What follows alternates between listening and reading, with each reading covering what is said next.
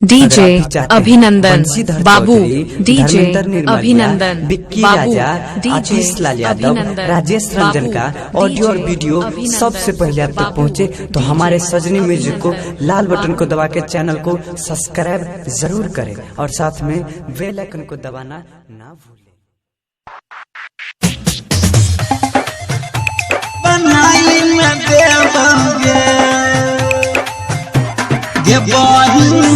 DJ अभिनंदन बाबू, DJ अभिनंदन बाबू, डीजे अभिनंदन बाबू, मुन्नादा अभिनंदन बाबू, झिटकी बाजार मधुबनी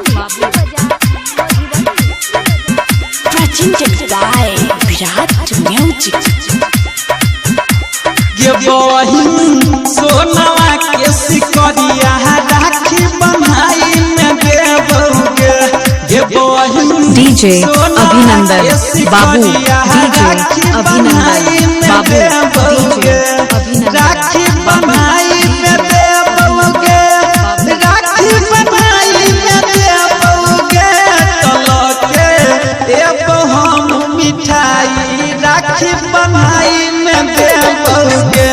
ये बहिन सोनवा के सिकरिया राखी बन्हाई में देबोगे।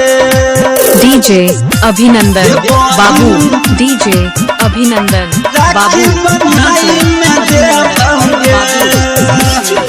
मुन्नादा झिटकी बाजार मधुबनी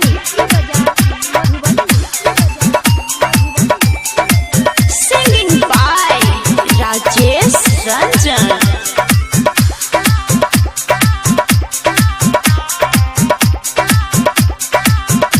डीजे अभिनंदन बाबू, डीजे अभिनंदन बाबू, भाई बहिन के प्यार के सुन, भाई बहिन के प्यार के, भाई बहिन के प्यार के।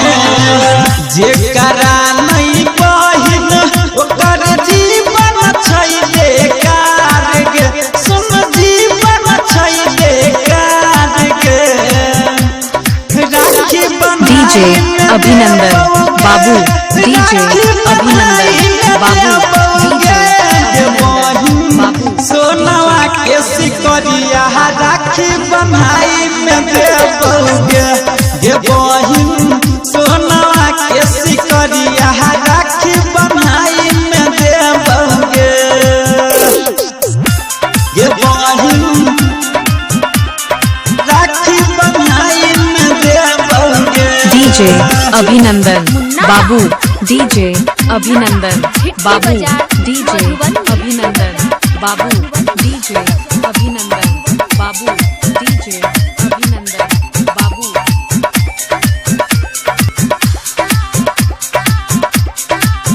Presented by Virat music. भाई बहिन के सबसे बड़का इहे छै त्योहार। डीजे अभिनंदन बाबू, डीजे अभिनंदन बाबू, डीजे अभिनंदन